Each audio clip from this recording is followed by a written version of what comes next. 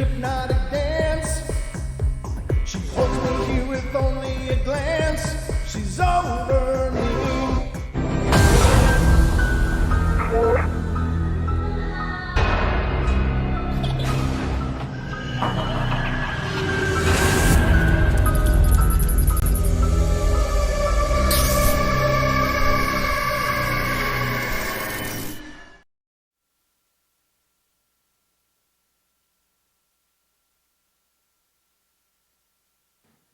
Just waiting for the feed, ladies and gentlemen. Welcome to the Paranormal Portal. I'm your host, Brent Thomas.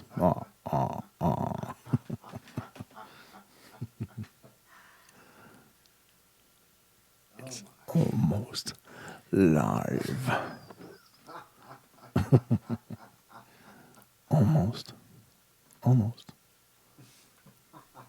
And ladies and gentlemen, welcome to the Paranormal Portal. I'm your host, Brent Thomas, and we are here on this fine Saturday evening, live and unscripted. So I hope you're all comfy because we plan to keep you for at least a couple hours. But you never know. Could go longer, or if things go to hell, it could go a lot shorter. So, but I'm not alone here, ladies and gentlemen. I, of course, am joined by my good friend and co-pilot of the Paranormal Portal Starship, and that is Mr. Don Longbeard. How you doing, brother? Oh, look at that! I didn't even have to point the camera; it's just right on me. How about your mic? Yeah, well, Your mic is... Oh no!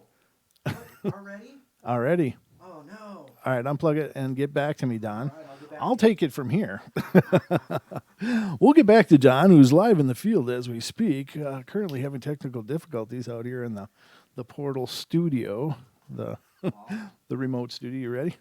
Let's try it. Hello. Whoa! There Hey. you are. You are live. Let me get you on camera so we can enjoy the beauty that is the Longbeard. Hi, this is Don out in the field tonight. Tonight we're checking out this graveyard that, well, it's not really. And besides, it's cold and rainy. I'm going to wait here in the safety of the studio while Don looks for the chupacabra. The chupacabra. It's like Mutual of Omaha for the paranormal. I'll wait up here in the safety of the helicopter as Don wrestles Bigfoot. There you got the camera going. Ah! Sounds like a show to me. I don't know. It could be a spinoff.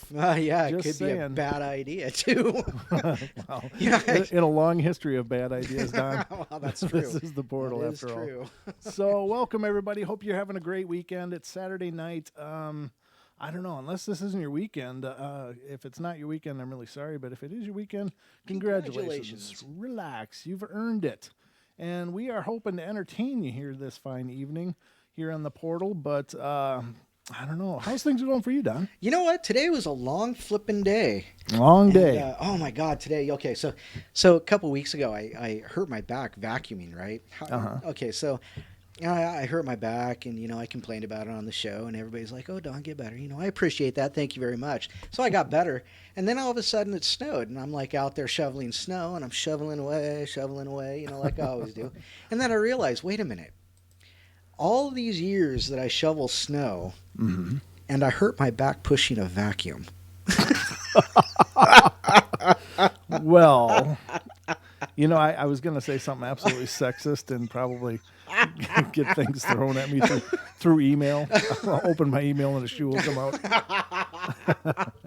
I'm not going to say that though, because ladies and gentlemen, I'm a sensitive man and in touch with my feminine side. He's a very heartfelt kind of guy. I try to be anyway, but yeah, I don't know. Isn't that funny? I mean, you can go and lift a load of block and stuff, and then bend down to pick up a wrapper and be like, Yeah, I know.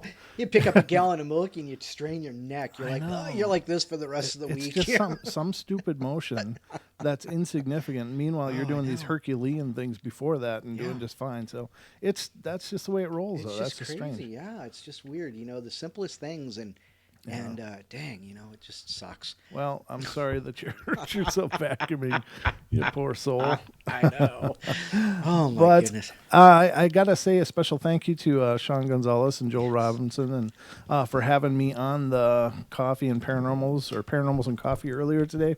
It was a lot of fun, and if you want to check out that episode of me being interviewed, you can certainly do that. Check on our Facebook, and I have I did put a link there on our Facebook, facebook.com/Paranormal Portal Radio, and you can check out that episode. Really a lot of fun, though. It was a good conversation, a good time. Yeah, you seem to have a good time when you're on Sean's show, and that's awesome.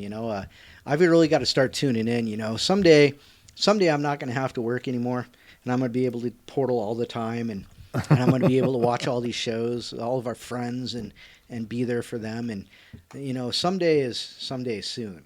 Someday soon. Oh, gracious. That's a good day. Someday. Yeah, it is. It's gonna be a great day. Ooh. So, all right. yeah. Well, enough of that. Oh my. Enough of that show tunes. But okay.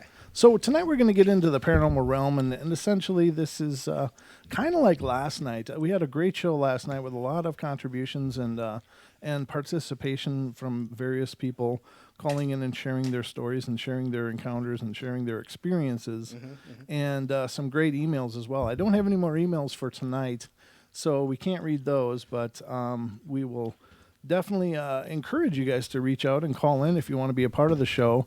And you can do that by calling 213-233-3998. Pay no attention to the man. That sounds so wrong, Don. I'm going to mute you while you do that. Don is actually filling up his swill. So, gotta get that swill done. Yeah. But 213-233-3998, or you can call 833-TFR live. If you're calling from across the pond, it's 44203-393-2871. Again, 44203-393-2871, and you too can be a part of the conversation. But we had some great talks last night and some great feedback and experiences that people were bringing to the table. DJ Caveman, TFR listener, called in and shared his experience of witnessing a UFO, which is very cool.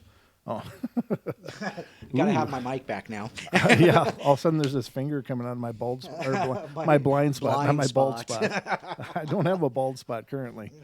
But I'm probably gonna get one before I'm all done. But anyway, yeah. But great time last night and great show. If you missed it, definitely check it out in either the TFR Live archives from last night, or you can check it out on our YouTube page, where all of our episodes are listed as well, and you can see the fun that was the portal last night. But a couple calls in by Dee, which was really nice, but both of her calls were excellent. So thank you guys for your participation. And again, the floor is open tonight if you have something you'd like to share. But if you haven't, don't want to talk on the air, it kind of freaks you out or whatever, you can certainly email your stories to paranormalportalradio@gmail.com, and I'll be happy to read them for you. So that's always an option. What are you snickering about? Oh, I'm reading the TFR live stream. Yeah, and they're I love those guys. Gemini says, Diana, I think they need more fudge tonight. Right. Nice. D asks, have you guys been sampling more of H4's gifts? No, we sampled the hell out of that one gift, and it was delicious, but it's sadly gone. So we are doing this, so far as I know, completely sober. So we don't have any chemicals we can blame for the hijinks tonight. But it was. Speak for yourself.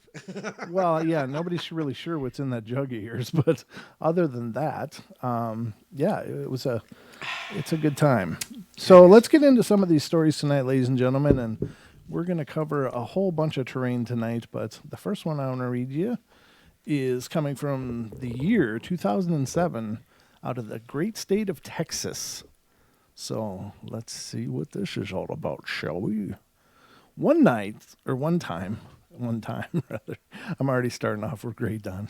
I was at a friend's house, and there was me and my three other friends, and then they named them Shay, Sarah, and Ashley.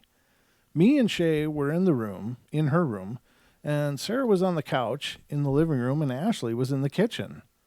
The door to the garage is in the kitchen, and the way out. I'm sorry, I'm reading this all wrong. And the way that the couch is sitting is facing the back door. The back door was locked, and the broom was up against the door handle. My friend's dog started barking, and he sleeps in the garage, and Sarah ran to the hallway, and Ashley was frozen, and I ran into the kitchen just as the broom fell and the door opened. Sarah was already gone. We got scared, and Shay and Sarah and Ashley started to cry. We ran by Shay's mom's room door and stood there because we knew we would get in trouble if we woke her up. Shay woke up and told us everything was okay and went to bed.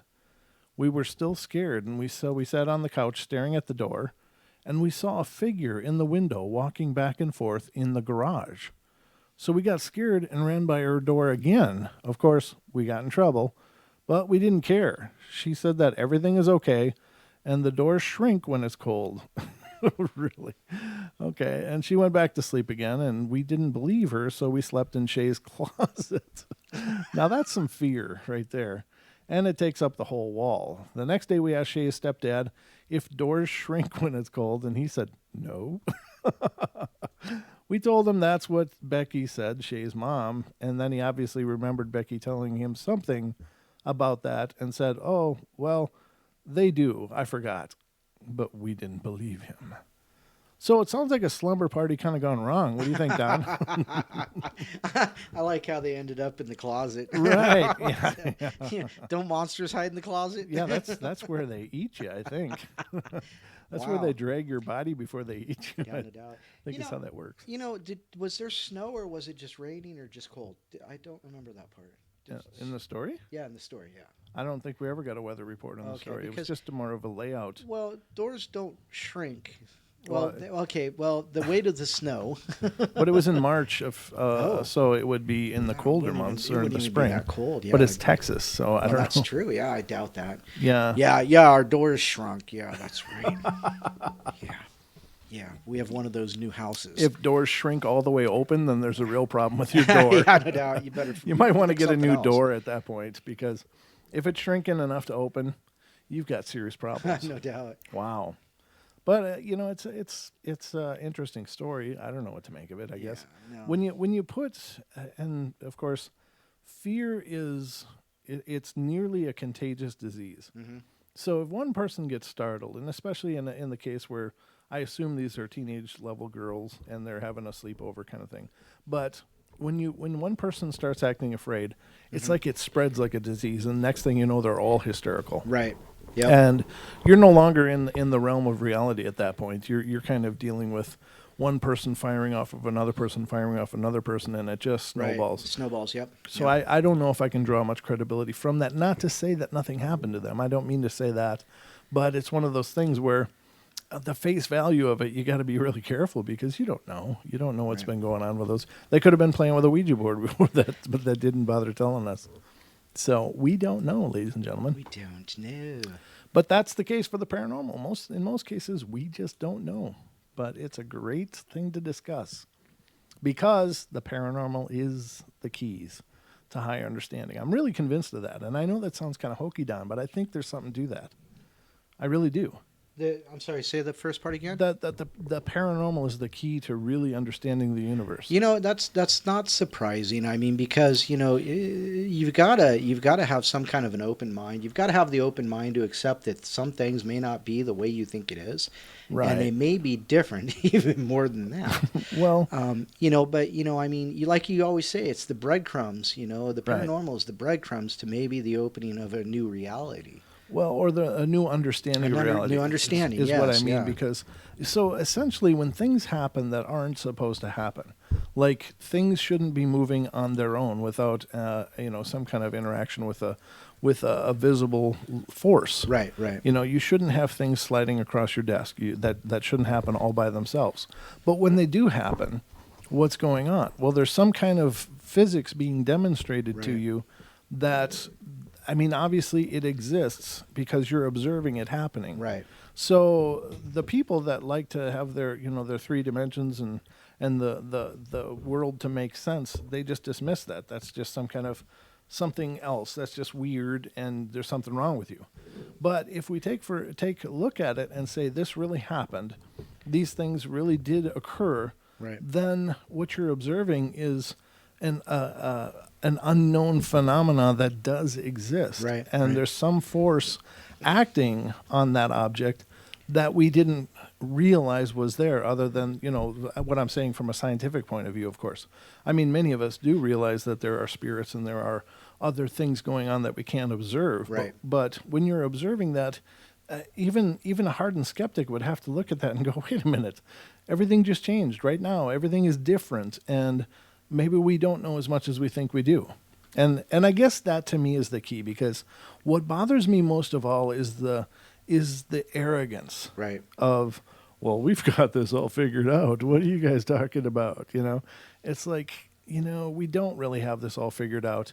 And if you look at the advent of scientific discovery and scientific claim, and even in terms of, just take for instance nutrition. You look at nutrition and, well, sugar's okay, but fat is bad. Oh, it's so bad. You should Right. cut out all the fat, but don't worry so much about the sugar. Then you should count fat, but not calories. Well, watch your calories, and it keeps changing. And then there's medicines that'll help with that. Oh, wait, they don't help as much as we thought. No, they actually do more damage. Don't use those medicines. So it shows a chronology of discovery, or, I mean, if you can assume at least that they're doing the best that they can, Right. and that there isn't some kind of nefariousness like an Agenda 21 going on, where they're trying to weed people away. But Right. you know what I mean? I don't know. I'm kind of talking in a big circle here, but essentially, I think these are truly the keys. These are truly the unlocked, or the unopened doors, the untraveled path Right. that most people dismiss, but I don't think it's wise to do that. And I love that saying by Tesla, that when we research I don't know how the hell it goes. I'm going to butcher it if I try to say it, but something about researching. If we put enough energy into researching the can you help me here? I'm looking it up. Hold on. I would try to say it, ladies and gentlemen, but I'm gonna butcher the hell out of it trying to paraphrase Oh, it. here it is, right here. Go ahead. Oh, yeah, and then it does that. Hold on a sec. Gotta love computers. The day science begins to study non-physical phenomena, it'll take more progress in one decade than all of the previous centuries of its existence. Exactly. And there it is. That's my point. And I really, really believe that. So non-physical phenomena is what he says? Yeah, non-physical. Okay. Yeah. I got to try to remember that, because I'll sound a lot smarter when I can remember that. So anyway, let's get to the next one. But it's just the thing. But again, with a group of little kids, or teenagers, it's hard to draw anything definitive from that, because I think fear is absolutely contagious. Let's see. I'm going to move the vault thing over here, okay? Sure. So that you can help me. Yeah. We got to keep an eye on that tonight, because we don't have the bumpers. So we're not going to have the bumpers, but are we still going to take the regular breaks? We're still going to have our breaks, okay, because they will be going on for TFR. They just won't be going on for us. So. Gotcha. Okay, so I can still blow my nose during the breaks. Okay. You can blow all you want of noses. God. Oh. I got to remember I got a candle sitting right here now. Yeah. I might want to blow that first. Yeah. All right. Wow. One day I was in my room doing homework, and I went back to get a snack. And this one comes out of 2007 out of Florida. I came back to my room, and it was an absolute mess. I was sure I was alone, so I cleaned up my room and did my homework. And I'm an only child, so nobody could have done this. By about 10 o'clock that night, I was in my room watching Family Guy, and I heard a noise from under my bed. Unlike most kids, I looked under my bed, and I didn't see anything, so I went back to my show. But this time, the noise came from a closet. There you go, Don. Yeah, I told you. There's your closets. I went to my closet, and there was a little girl. I started to talk to her, but she said this was her house when she was a girl. And I asked her why she was in my house, and there was no response. I asked her if this was a joke, and she said no. She then said that my time to leave is near. Huh. I started freaking out, but she said that she will come back in the morning. Then she was gone. I never saw her after that, thank goodness, but I'm still creeped out to this day. Wow. That's the whole story. I don't know. It's... Well, I opened my closet door. I expect to see clothing in my shoes, not not girls a and little monsters. kid hiding in there. Yeah, that's creepy. See, that's the whole thing, though. Again, the little kid thing. I don't know. I have a tough time with that one. And even though I've heard that they do exist, it's still tough for me to get my head around. Like, could they really not, exist? Could there really be these little spirits left to wander? And you've mentioned it before, and you've talked about how you don't think that an innocent would be left behind, Right. chained to somewhere, terrestrial, but talking with the people we know, uh, specifically Deb, and I think Dee's mentioned it before too, about little spirits being left behind, and Hmm. as sad as it sounds, I mean, it's got to be plausible at some point. It might very well be. It's just hard to understand that because I just look at it from the point of if there's anything good and just. Being a father, I totally, I have this beautiful little soul that Right, I'm caretaker of, right. and I just want to protect him. I just want to keep him safe, and I couldn't imagine ever just leaving him somewhere. Like, well, See ya. yeah, take care. I got See things ya. to do over here. Let me shut you in the closet for a Right. minute. And I'll We're be just going to back. keep you over Hmm. there. We'll be back in, some century or something. You know what I Right. mean? It's Yeah. just like, wow. So if that's my view as a parent, and I believe that we have like this, loving presence, this creator energy at the helm of all of this. So if there is any kind of order and reason to the universe, why would there be these little Right. innocents left to wander and to be lost and scared? So I mean that's where I get stuck on it, and I know I've repeated that many times, but it still just boggles my imagination that could happen, and Right. perhaps it could. I'm not saying that it's not possible.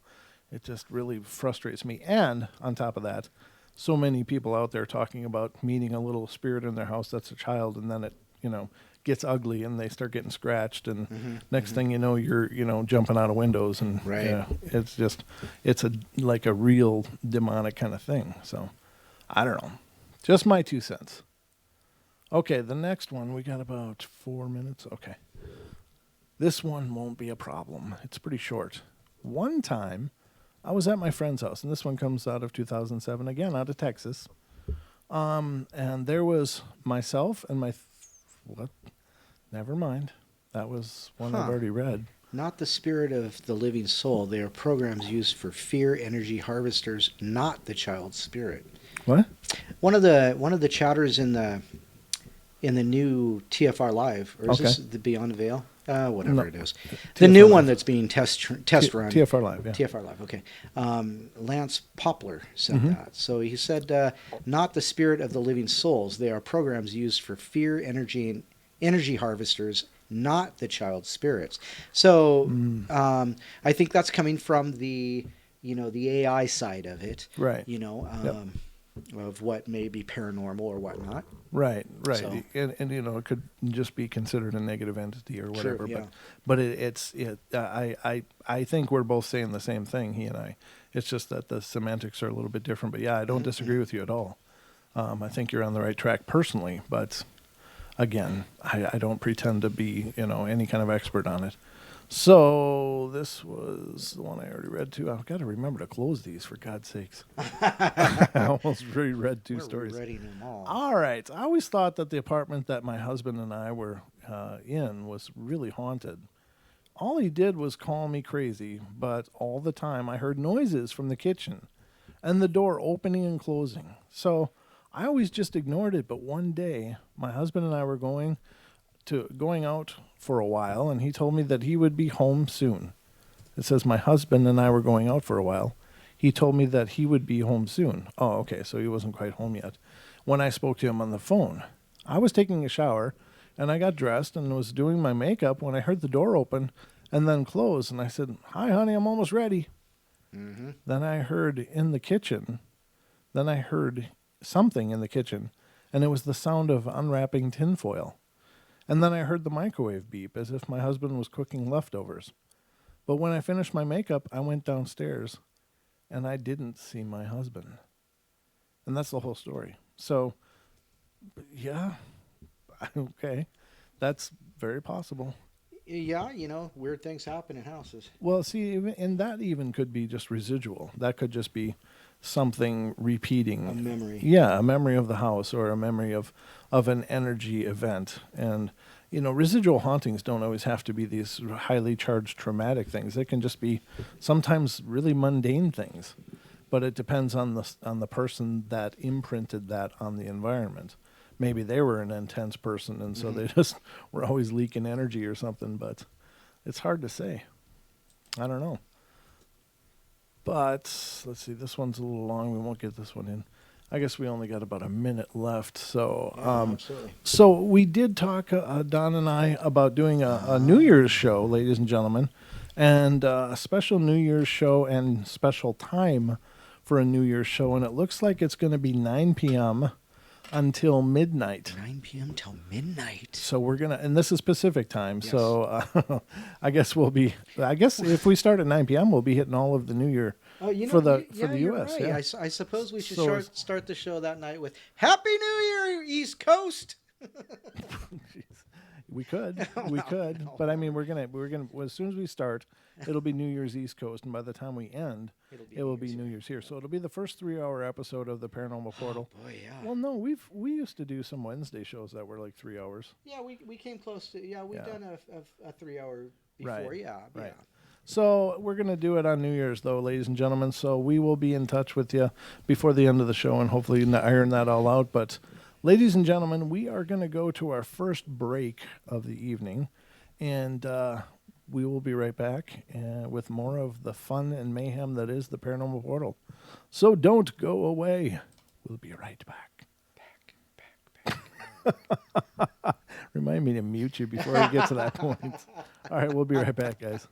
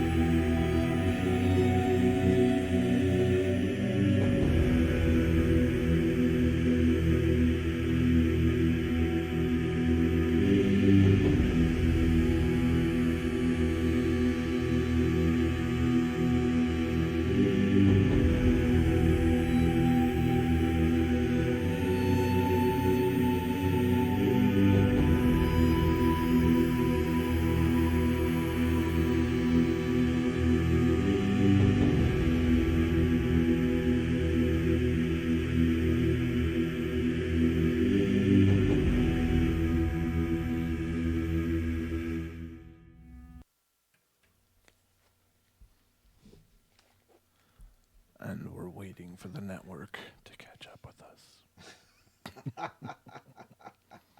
It's almost ready. Watching the timer. Happy New Year's. Don't, it's not that time. You're just rehearsing? Yes, yeah. Yeah. All right, welcome back, ladies and gentlemen, to the Paranormal Portal. I'm your host, Brent Thomas, and I'm joined by my good friend and co-host, Mr. Longbeard. That's still me. It is all night long. It's still you. So we are, of course, going through our fun-filled Saturday evening, talking about the paranormal realm. And, this topic, it's so dynamic. There's, I suppose on the Paranormal Portal, we talk about ghosts the most often, but I think it's probably the most relatable of all the paranormal phenomena, that everybody knows somebody or has had their own experiences with ghosts. There's a lot of people that would like paranormal experiences, and I can understand that, Don being one of them. But I really believe you've had several, but you just don't recognize them, or you're not ready to put your stamp on them yet. But you got to admit, just doing the portal, we've experienced plenty of freaky things and odd things. True. You know, and last week was it Wednesday? The ghost app went off and walked right through me. Yeah, and you felt it though. That's the crazy thing. I have to say, there was something walked. They had to walk through me. It felt like it. Right. Like, now that was cool. That was electric. And I was talking to you. I ran the ghost app as well on Friday's episode. Right. And I never heard it alarm or go off. But after the show, I looked at it, and at about 7:55, it said that there were two presences in the room, and nothing tonight now. It's not triggering for anything tonight, so I'm going to crank it up good. So we get that. This is the extra scare factor. That extra hiss that you so love. I think that's cool. Now look at this. This is interesting. Why is that got a down arrow on it? It's like that chat hung up. I'm curious. No, it looks fine to me. But see look at on the screen how it's got that blue arrow. Oh yeah, that's interesting. Yeah. I don't know why that is. I don't know. Very strange, but it's all happening live here, ladies and gentlemen. And it does look like that chat has frozen on screen. Yeah, the embedded chat has. So I don't know what's going on with that. We'll have to look into it later. We will, but let me change scenes and see if that helps. Hold on. Nope, same.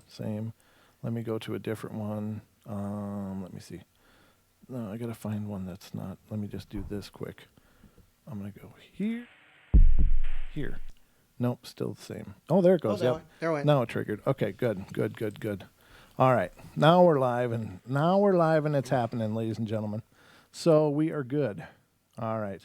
I actually broadcast my own YouTube stream, but nothing wrong with that. No, I mean any of the sensitive information isn't up there anyway, so it doesn't matter that much. But anyway, we are live, ladies and gentlemen, and talking about the paranormal realms tonight.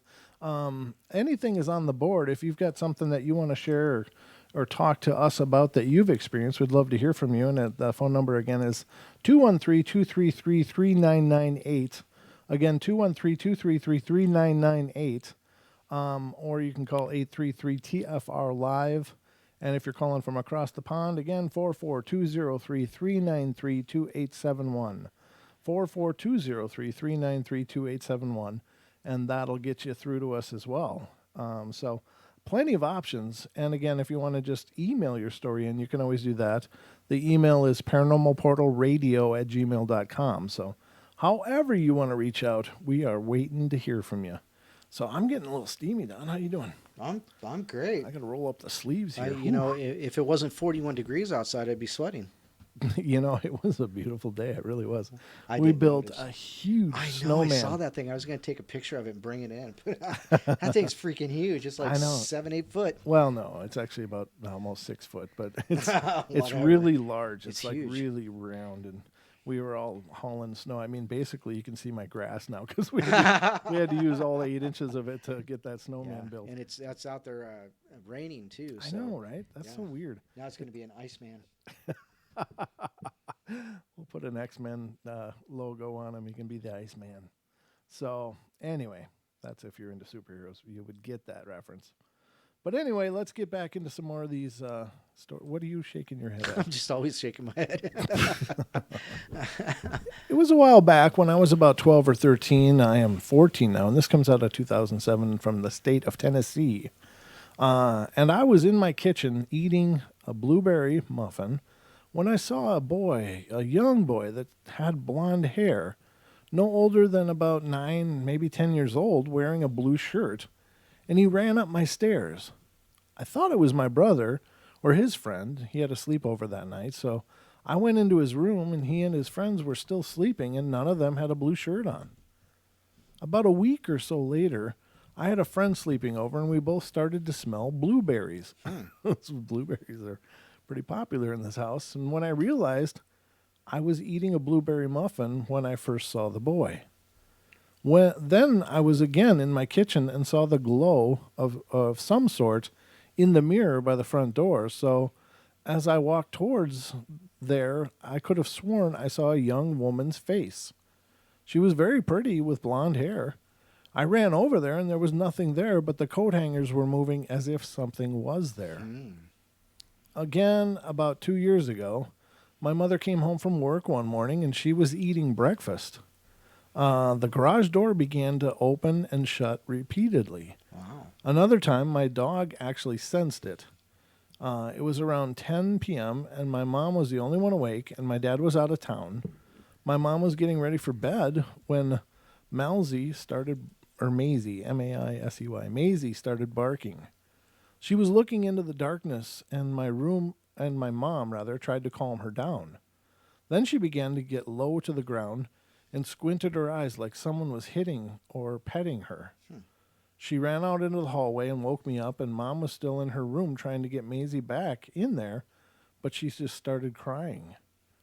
I forgot about everything until last night, which was March the 3rd, when I saw a little girl sitting on my bed, and I asked her all sorts of questions, but she didn't speak.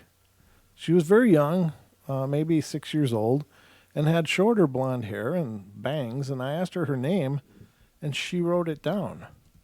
On what? That's pretty interesting. I do not remember exactly what it was because it was French.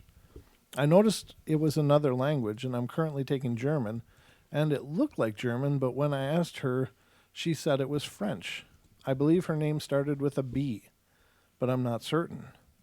She began to walk around and play with stuffed animals, and I was afraid to ask her how she died, for she seems really happy and didn't want to ruin her spirits, so the next thing I knew, she was just gone.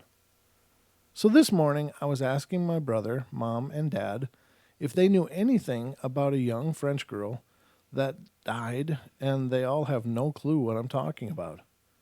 My question for all of you is, how is it possible to have so many ghosts in my house when it's brand new and nobody has died there? I also want to know if it would be safe to use a Ouija board to find out more about them. I would say no. I would just go with no on the Ouija board. Again, I'm not demonizing the Ouija board. Some people are just like, no, Ouija board bad. But I don't believe that. But I think it's something that you really need to understand how to use before you use. Definitely. The whole animal thing is really really powerful, and if you have cats or dogs, they will be a great first warning. They will pick up on spirit energies long before you will. They are just tuned into those frequencies naturally, and so when something comes into their field, they are just cued into it right away, and not 100% so, but usually pets are the first one to notice, or little children, like little toddler-sized children. They seem to have no trouble seeing these energies, whereas we, for some reason, are not able to tune into them as readily. At least most of us aren't. There are some people who are gifted, who never seem to have lost that ability, or maybe were more turned on even back then than they are now. Right. But it's just one of those things. Oh, hey, we got calls. Callers. We got calls. Well, let's get to some of these calls, shall we? Yes, please. All right, this is area code 480. You are on the air. Hello, this is Voice of the Dragon. Oh, hey, voice, how are you? Hey, good to see you. Good to hear you, rather. I'm doing really good. I've been on a couple of the shows with Beyond the Veil. I saw they were online, and they said to check you guys out. Oh, Very good. fantastic. Very cool. So, what do you think? It's awesome. I've got a lot of incredible stories to Oh, share. The big thing that's been getting a lot of attention is my work with the radionics and structured water. Okay. wow. And Okay. what I could share a little bit about that, if you want to hear about that, was my interaction with the radionic field, which I found out was a very strong-willed intellectual field of information. Wow. So it's a sentient kind of field, is what you're saying? Yeah. So from how everything kind of conducted and manifested itself, I had been doing my own work as a crystal healer Hmm. and was working with shungite, ancient fossilized carbon from Russia. Hmm. And I had just been experimenting with some ideas with some basic conductivity with the shungite. And I kept hearing these words, radon and radionics, pop in my head for the next few days. And then I caved in. And then it turns out radionics was electromagnetic therapy, which was Oh, pretty much what I was working with. okay. Wow. Okay. And so what I had understood was that if you're familiar with the Flash from DC Comics, Oh, sure. how he is connected to something called the Speed Force. Yep. Essentially, my interpretation is that the radionic field is it's a lot like the Speed Force. It's like the static between all possible realities, and it's not, I wouldn't say God, but it has the ability to observe everything, and Mhm. it's like the greater momentum where miracles can happen. That's the best way I can describe it. Okay. Hmm. Wow. That's intense. And what was interesting was all this happened right after I had had my vision quest in Sedona. I live here in Arizona. I'm a local, and I just had a feeling I needed to go to Sedona, and I ended up doing this vision quest. Oh, I really had no plan on what I was going to do. I just grabbed a rental car, got myself up to Sedona, and just did what I felt like I needed to do. And then, I mean, I have a video posted up on it, but I could share the whole experience. You could walk through every step I took and see everything I did, and you would just not be able to have the same experience. It wouldn't translate. sure. Right. That makes sense to me. Yeah, But there's one of the things that, go ahead. no, no. Go ahead. Go ahead, voice. Um, I've been working with dragons for the last 5 years, and this is part of my ancestry, and it is something that I've thought of for most of my life. And it wasn't until I became an adult that I started taking it seriously. Okay. And a lot of people would doubt it, but I will upfrontly say that I have, without a doubt, seen a real flying dragon Oh, manifest wow. before itself, before me. Uh huh. And What? that is why I eventually became the voice of the dragons. I Mm. felt it was my duty as an ambassador, a spiritual ambassador, to speak for these legendary beings Mm-hmm. Okay. and to just share the experience that I've been given. Well, hey, can we explore that just a little bit with you? Yeah. Okay. Well, let me ask this. How do the dragons manifest to you? How can they become terrestrial, or how does that happen? Explain what you mean by working with the dragons, if you would. Um, I am of Mayan and Aztec descent, Okay. and I have direct ancestry connected to the Mayan feathered serpent Quetzalcoatl, and this was something that took a long time for me to understand and realize. And in the mythology, it is said that Quetzalcoatl came to man and he ascended to us as the shape of a man and was basically like a pharaoh. He had many children and descendants, and I've come across others that share the blood. Hmm. And on the Mayan calendar, which is really interesting, I was born in the year of the dog, but with how the Mayan calendar works, the way the system and the cycle and the clock was set, my birth was set. So the way that the totems work is that they do not arrange and create pattern for the next 251 years at least. Okay. And with my birthday, I just happened to be with the birth totem of the serpent and the seed and the year of the dog, which is pretty shitty. But I had this connection. I've always had this feeling and this drawn guidance towards dragons. And then once I had my awakening and I had seen this dragon, it wasn't that cut and dry. I had to learn about the heart and the voice of a dragon, what gave a dragon its own voice. Mm-hmm. And so how dragons have manifested for me has always been a sign of guidance and reassurance, Mm-hmm. that they make me really think and learn and feel for myself. Even if it is against their own will, they make me question my own judgment, Mm-hmm. so that I know for a fact that whatever I do without doubt, that I just act. Right, right. Right, and act in the positive way, of course. Right, the way that you that makes you feel like you've accomplished something good. I assume. Yes. Okay. In a kind of esoteric sense, and I'm glad you mentioned that. The way I learned was very similar to how kind of Yoda mentions, there is no try. There's Try or only try do. not, there is only do. Right. What I have learned very recently was that there is only action and reaction. Anything between was only a belief, Right. and that belief ultimately would hinder my own action. And that belief is the only choice we ultimately can choose. Okay, so when the dragons manifest to you, is it during a meditation session, or do you see them when they're out and about? Like, we talk all the time about, spirits and apparitions don't really take a day off. They just kind of do what they want to do. They either make themselves visible, or they don't.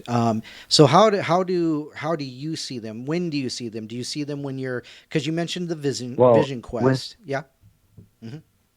yes, so when I had first seen that original black dragon, that was in 2013, Mm-hmm. and that was a full-on physical manifestation. Oh. Everything after that has, for the most part, been a telepathic type of communication. Okay. Not necessarily words, but a lot of thoughts, feelings, and imagery throughout meditation. Mm-hmm. And throughout the years, as I've built this bond and this trust with my spirit guides, Sure. it's just something that grows, and it's like talking to another person. The stronger you feel with that person, the more you can establish certain thoughts and certain words. Right. And at first, there's a dissonance with the communication because there's a slight language barrier. It's not like they can't communicate with us. Right. It's It's just we just don't know how to our perceive them. ideas and our concepts are Right. just completely foreign Right. to the world that they've come from. Hmm. And just the inner working with Dragon, and just for the record, I work with draconic magic. I don't do the draconian Luciferian stuff. That's Okay. a completely different sect. I avidly avoid that. Okay. My intention and my work is always about bringing the wisdom, the truth, and the love that dragons have always shown me. Excellent. That's why I always wanted to be the voice of the dragons, because I always felt there was a great misunderstanding. And if you look at the mythology and the history, there's not too much other than fairy tale and folklore Right. about any dragons nowadays. Right. Right. That's true. Yeah. Wow, that's incredible. But when I do feel the presence of a dragon nearby, it's very brief, it's very sudden, but it's usually very profound. The numbers that tend to resonate with me and dragons tend to be 391, usually in that specific order or along the lines of that, but it does create 13. And just for instance, I would be doing a meditation, I'd be listening to a certain song, and I just randomly jump to whatever point in the song, and I instantly see that 1139 or something along the lines of that, and I'd see that number where I did not act, I did not do anything, or I did not think, I did not question. Right. All I did was act based off of what I felt, and I would see in that brief moment, without any judgment, everything that I had needed to see, and that was the dragon that I had always been looking for. Huh. In your journey, do you find that you've been you're an incredibly logical person that's grounded in knowledge and in facts, in the logical parts of your mind? Yes. Okay, yeah, that's what I'm feeling from you, and I think that one of the things they could be showing you is to release, to flow, to become part of the the energy, rather than picking it apart and dissecting and trying to reason and that. Does that make sense to you?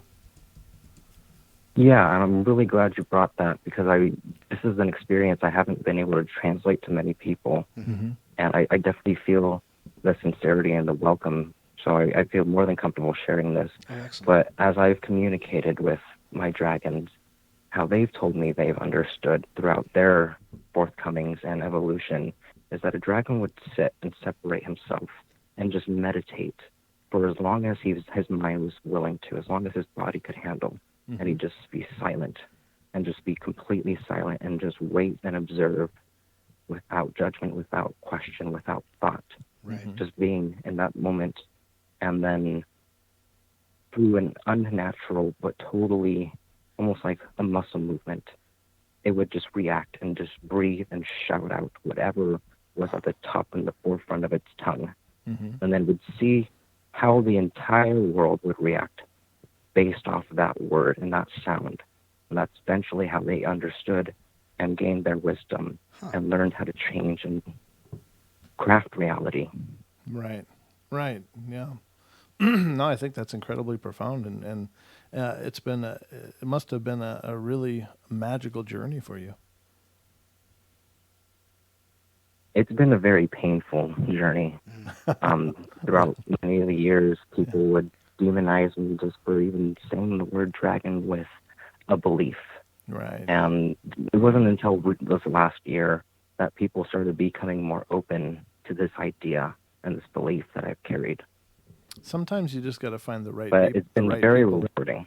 Yeah, you just got to find the right people. I think that are ready to hear what you're willing to Right, share. yeah. And I think that's the problem, is that we so many of us have these little pearls, these little pieces, these treasures, Mm-hmm. and we're excited to share them to let other people have these treasures too.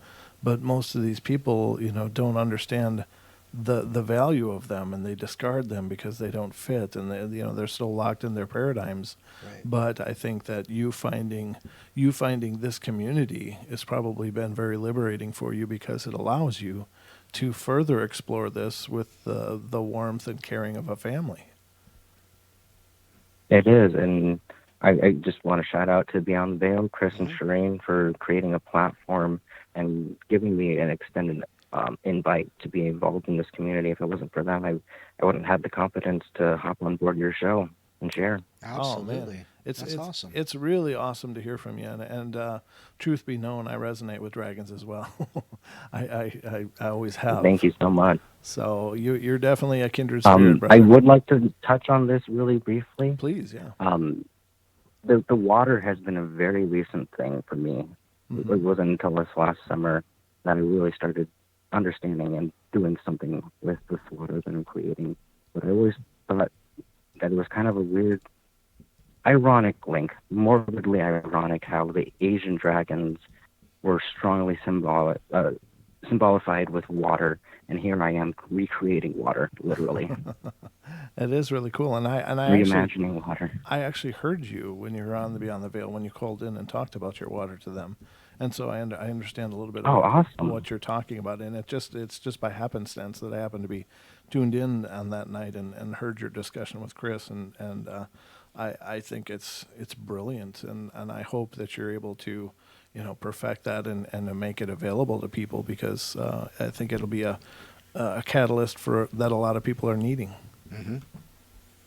Yes, I'll go ahead and touch on that very briefly. Yeah, please. Throughout this process, within the last 2 weeks, I finally understood that the H3O fourth phase water and the radionic water that I've really been working on, there's a slight difference, but the procedure and the refinement that I've got, almost anyone could get to what I would just call in term magnaviolet clear, which is if you put the catalyst in, you would have the H3O. And as I've worked with this technology, what I've understood is that as you're changing and filtering and stripping away and instilling new memories into this water, not only are you instilling your own code, but you're also programming and downloading your own information on a very fundamental, factual level that's tangible. And what someone had told me was that the crystals and the rainbows inside crystals, they create ultraviolet radiation. And I had known I had been using ultraviolet. I wasn't sure where the source was from, and that's the big difference between my H3O and the H3O Easy Water, because they use infrared for their distillation process. Oh, wow. And so if you can find a way to structurally magnetize your water and create a system, and as long as you are using the elements of purification, because that's the problem with a lot of the organite people, they use distilled water and they're not changing anything. They're just giving their energetic imprint. And so it's good that the information's there, but as far as alchemy goes, you need material to change in order for there to be change. Right, right. Well, brother, I think it's brilliant. Unfortunately, we're running up to the break here, but I hope that you'll continue to tune in and you'll continue to participate. Absolutely. And please, keep in touch. Yeah. I want to hear more about your journey. Yeah, I got more content posted up. I'm definitely posting up more content as the weeks go on and as I'm progressing. My twin flame will be down here soon. We'll definitely be working on H3O together. So really curious to see how that goes out. Excellent. But Awesome. just so you guys are familiar, I am Yuga, by the way. All right, Yuga. Well, thank you so much, and stay in touch, brother. And ladies and gentlemen, we're going to go to Absolutely. our hour break. So don't go away, and we'll get to our next caller who's on the line from Spokane. So we'll be right back in just a couple minutes. Hold that line. Hold the line.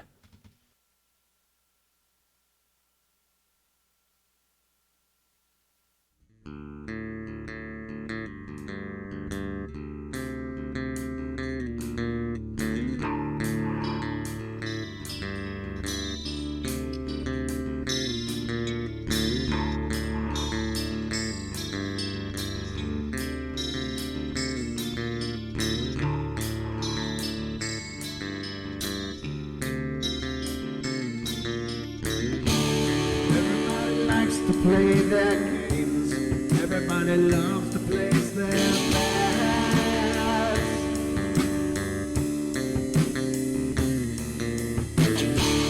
They don't understand the price I paid. They don't care to comprehend.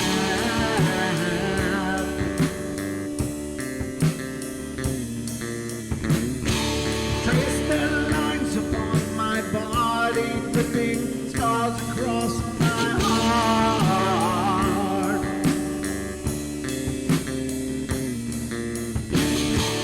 Raging anger boils inside me as their lies keep falling apart.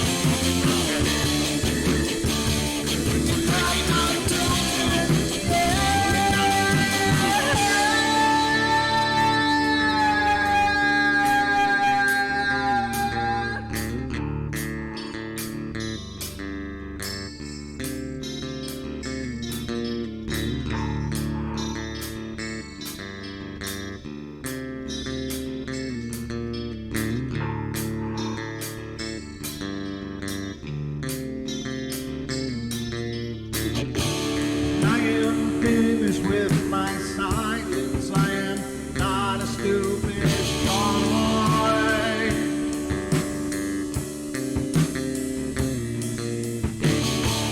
No more breaking me with kindness. Just you dance upon my joy.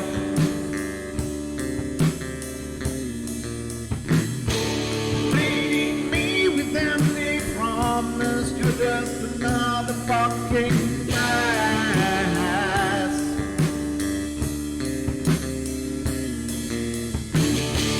Taking another slice of my sanity. Just make sure that you're well fed.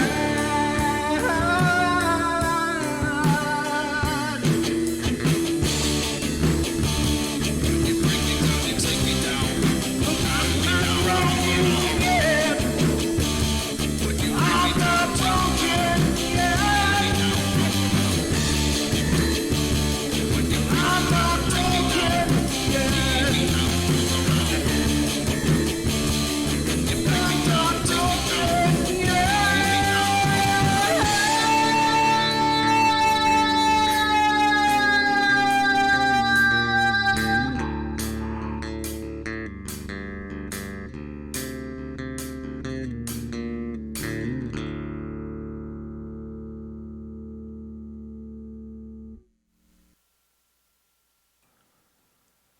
again. Since we're in test mode here on the streams tonight, we're also live testing the TFR Live new streaming service as well. So we don't have the bumper breaks coming in. So the sound you would be hearing now would be the clips from the Poltergeist movie, but it'll just be me talking. So make yourselves comfortable, and I hope you're enjoying the journey tonight. I am. I know I am, but I always enjoy doing the portal. And Don, you enjoying yourself? I absolutely love being here. And you know, that last call, that was a really interesting call, and Really was, would really yeah. like to hear more from him. So maybe we should throw out the email address. The email address is paranormalportalradio@gmail.com. At gmail.com. And I'm just waiting for the live studio to come back in, and then we will go live. There you go. Just seconds away, ladies and gentlemen. So I guess our friend Renee is still vacationing in the Philippines. Oh, nice life. Yeah, no doubt. It must be great. I just wish I could wear shorts. I want to be barefoot again. Oh, yeah, no doubt. Oh, We're only a couple months away. yeah. Thanks, Don. You're welcome. That's not helping much. All right. That's quite a long intro, isn't it? There it is. Ladies and gentlemen, welcome back to the second hour of the Paranormal Portal. I'm your host, Brent Thomas, and this is Don next to me, who That's is me. right there. Hi. There he is. Welcome back, Don. Did you have a nice break? I did, yes. Thank you for letting me take a break. Oh, you know, I unchain you every once in a while. Yeah, I was going to say. Unchain you from the desk and let you go. But ladies and gentlemen, we are, of course, going through the Paranormal Realms tonight, and we have another caller on the line here. So let's get to our next caller tonight. This is area code 509. You're on the air. Hello, Brent. Hello, Don. Hey, who are we talking to tonight? What's up? It's Nick from Spokane. Oh, hey, Nick. How you are doing, you? brother? Thanks for calling in. What's going Pretty on? good, pretty good. Actually, there's not a whole lot going on. Same thing as usual. Lots of crazy dreams. Okay. I'm cooking some chicken for me and my dogs. Woo. And yep, party over here. Nice. And but no, I just wanted to call in real quick and just say, hey, thanks you guys for doing your guys' show. You know, people everywhere appreciate the openness to call in Right. Oh, it's always great and to hear share from you their guys. experiences and whatnot. It's really good to hear from you guys. And so tell me, what's going on with your dreams? Yeah, I was wondering too. Yeah, you can't just gloss over that and get off the phone, brother. You're committed now. You know, lately it's been a bunch of dreams where I wake up and for a few minutes I can remember and I can recall and I think to myself, wow, that was really weird. I don't understand what any of that meant. But over the last couple of days, it's been really crazy dreams. I wake up, I remember them, and then in the middle of the day, I can't remember what I had a dream about. Right. Oh. So I honestly, I don't have any cool, crazy, ghostly dreams Uh-huh. to talk about with you guys. But Okay. Well, you know, that's the funny thing about dreams, and I'll tell you honestly, I have the same problem. I'll have these really profound, amazing dreams, and very rarely can I remember them past like the first hour Right. after waking up, and then they just kind of fade, and it's really too bad. You know what the part that really screws me up about dreams, Nick, is when you Go ahead. you go to sleep, and so you know your own reality, right? But when you go to sleep, right.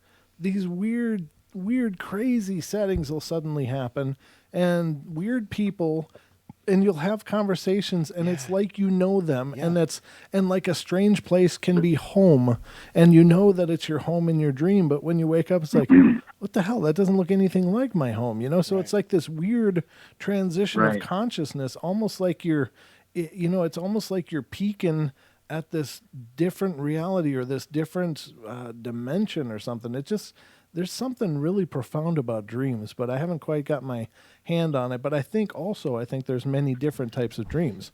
There's the goofy garbage dreams that everybody has that don't really mean anything. You'd be making toast with Frankenstein or something stupid, and at the time it's like, hey, I'm making toast with Frankenstein, and you accept that.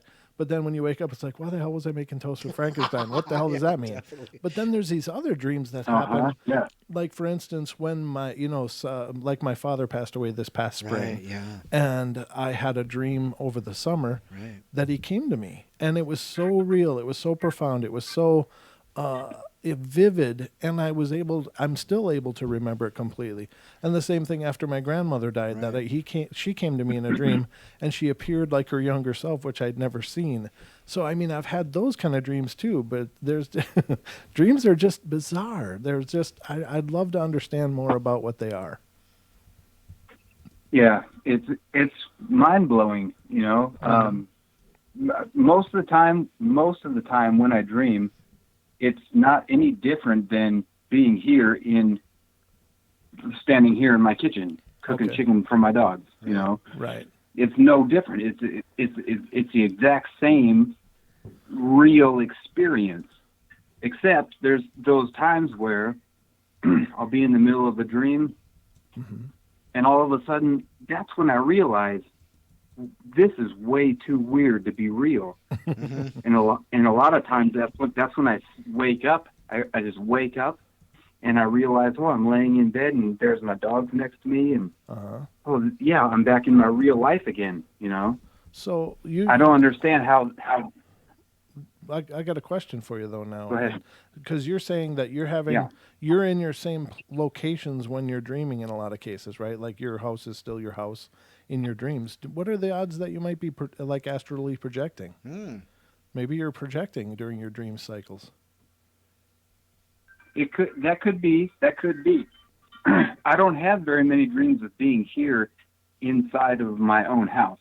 Okay. Most of my dreams are I'm in another location.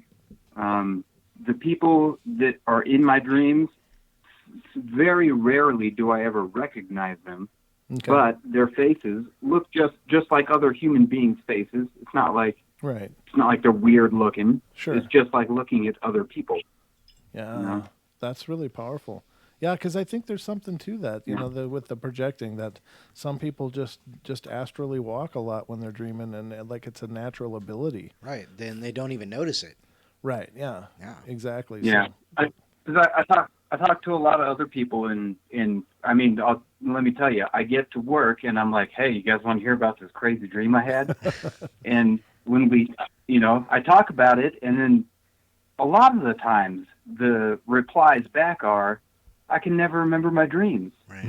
Like sometimes I remember a little bit of my dream, but I can never sit there and recall dreams like you're doing. Mm-hmm. And I don't know what that means, Right. But I swear every time I have a dream, it's just as real as if I was standing here in my kitchen, Wow. or sitting having coffee with you guys or something. No, that's cool. And I think there might be something to that your dreams are when you do a lot of spiritual work maybe, and that's why they're so vivid for you. I think that's pretty powerful, brother. Yeah. Very cool. I don't understand. Well, but anyways, I just wanted to call in. I want to say, hey, I'm not ignoring your guys' shows. I'm still listening. Work's been real busy over the holidays. Sure. So I'm still here. I'm still listening. Excellent.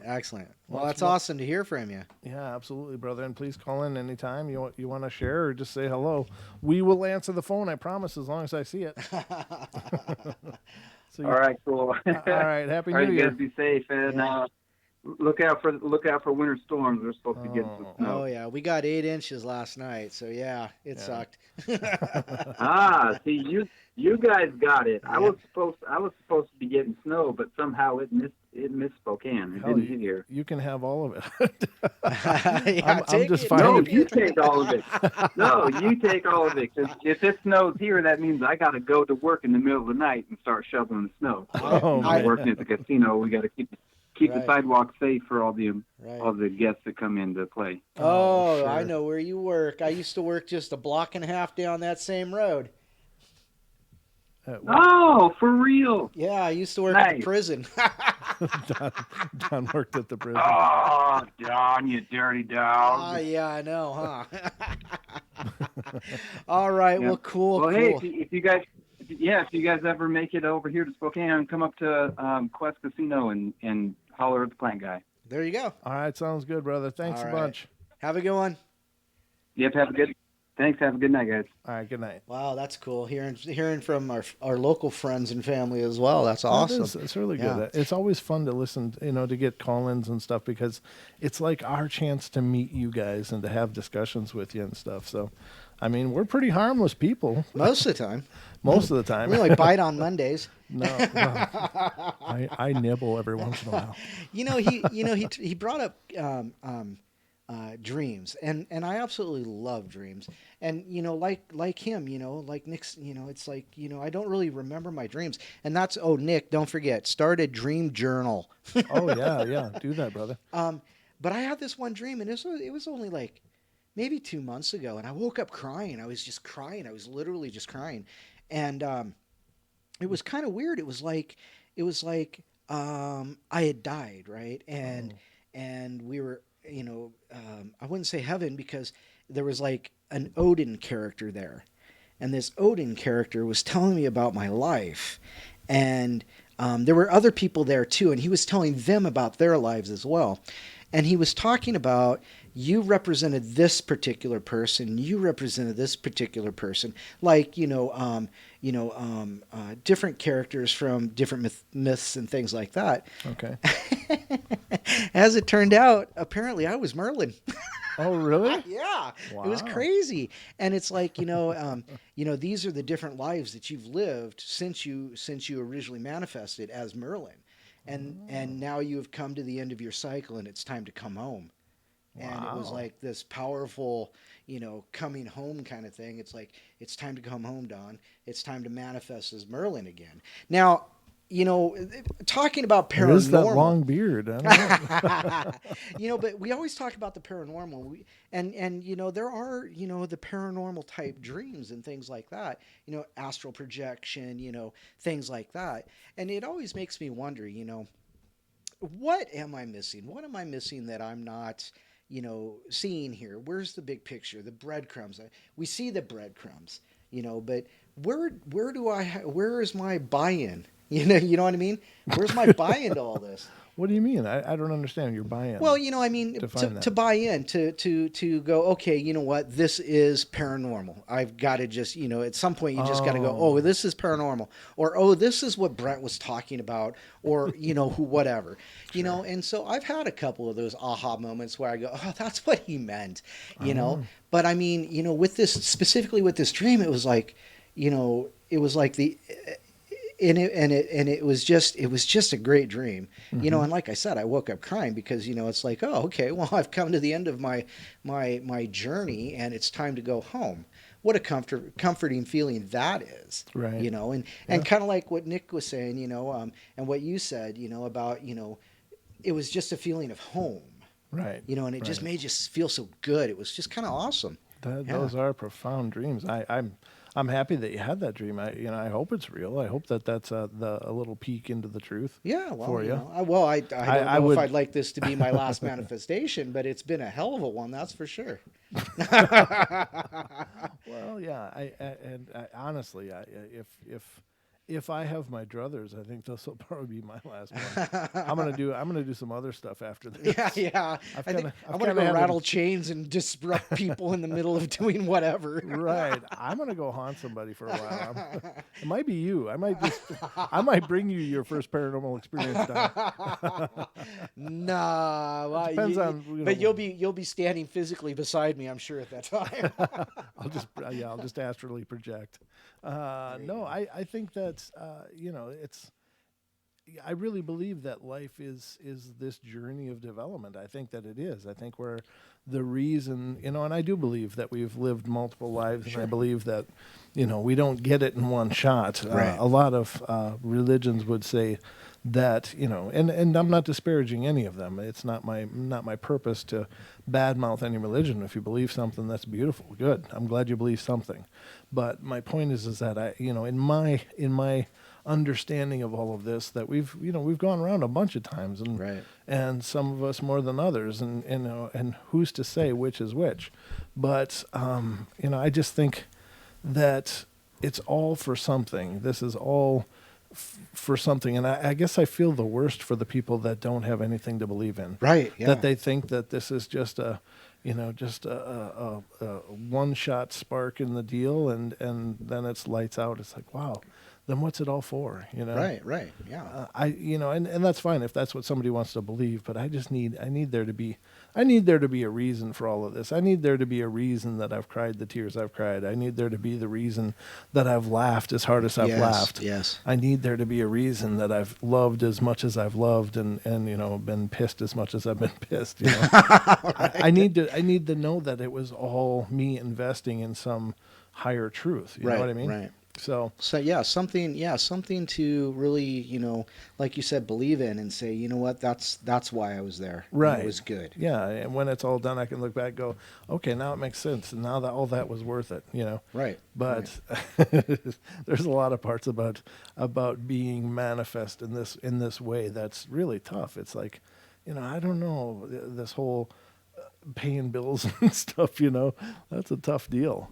Just working on a grind and making ends meet. Yeah, this sucks. This part sucks. When you're going to probably have your paranormal experience done is when we do some investigating, when we can gather the resources. Oh, you mean like the other day when we were talking about something and we were talking about, you'll probably be out in the field and I'll be getting burgers.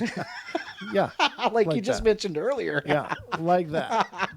Just like that. I'm going to send Don down to the bowels of hell, and I'm going to head through the Taco Bell drive-through. How you doing, Don? Oh, you're still up there in your safe place, huh? No, I'm getting burgers. Yeah, exactly. Oh, and I'm supposed to be down here just enjoying myself. Yeah. So, there's things that we definitely want to do on the portal and expand what the portal is, but it's going to take some time, unfortunately. But right. It's really exciting to see what this is growing into and what we're going to be able to do. Right. And the entertainment we're going to be able to bring you guys. But again, I want to reiterate that on New Year's Eve we're going to do a 9 to midnight show, and this will be our first stab at a portal-thon. Mm-hmm. It'll be a 3-hour show. I think we've almost done 3 hours before. We have. Yeah. I don't know if we did a full 3 hours. Maybe we did, but I do believe we did a Wednesday 3:10. Okay, so so yeah. Yeah, but it'll be that. I'll have to see if there's something going on TFR that night. Maybe we can do it on TFR as well as on YouTube and everything. But we'll see. Well, I'll talk to the boss. Yeah. And see what's up with that. But what a cool way to bring in the new year, right, guys? With the Portal crew. Yeah. We're going to start it as a Paranormal Portal 19.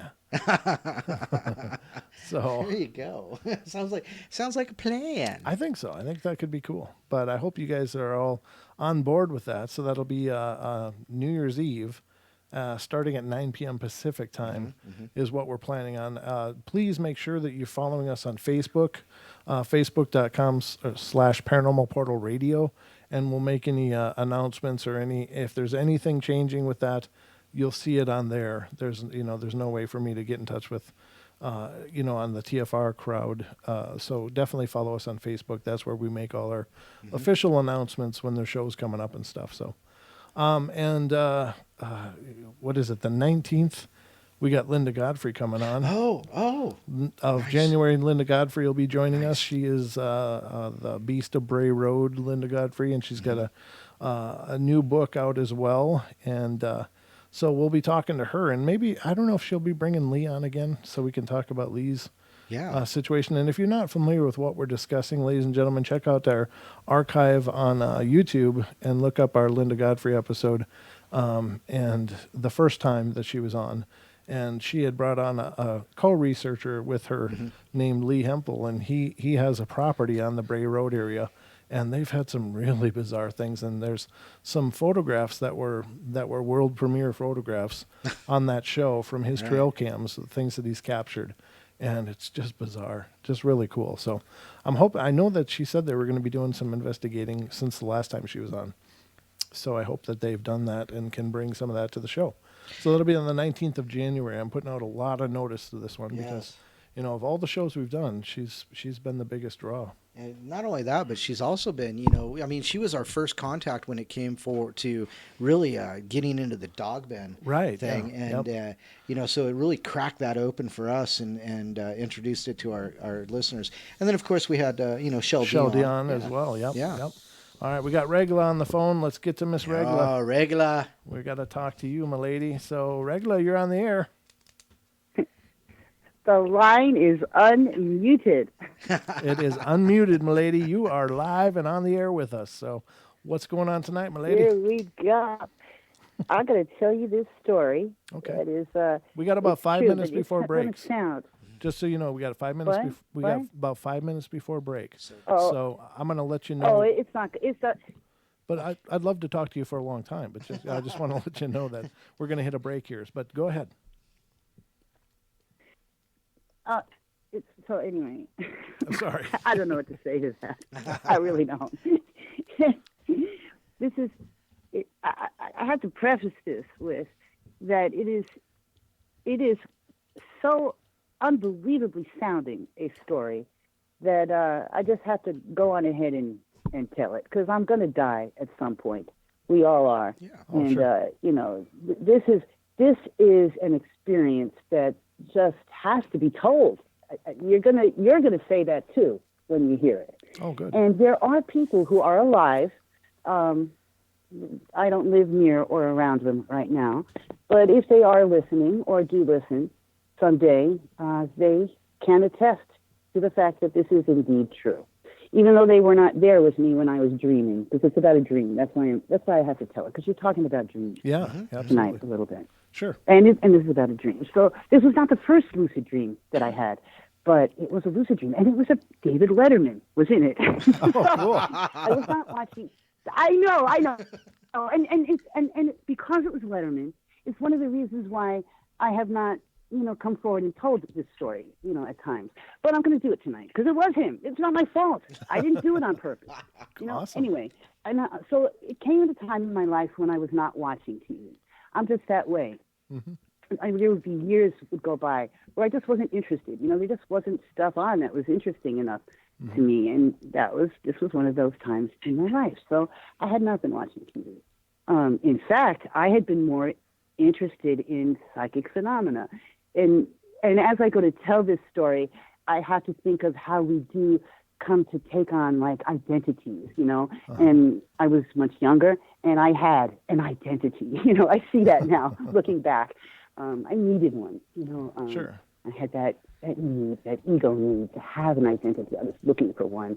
And so I'll just leave that to the side for now. But anyway, so I have this lucid dream. And here's what happened. It was a very complicated, long dream that I won't go into. But it got to be lucid right at the part where it was Letterman. You hear this. So as I become aware that I was dreaming, in the dream, I see him in front of me, and I say to him, wait a minute, we're dreaming. And I'm looking at him right in the face. And I also become aware that there's this woman to our side, and I also, at that point, become aware of this long journey that I had been going on, where I had been seeing lots of people, and what I had been doing was going through now what I realized, and recently afterwards had realized that was the Trump Tower. But I was in New York City, but I was living in Hawaii when I had the dream. Okay. And had been living there for years. It was 19, and I had the dream on June 5th, 1986. So he had not published The Art of the Deal yet. Okay. So yeah, I'm going to calm down now a little bit and try and tell the story. I Sure. get it's a really intense story.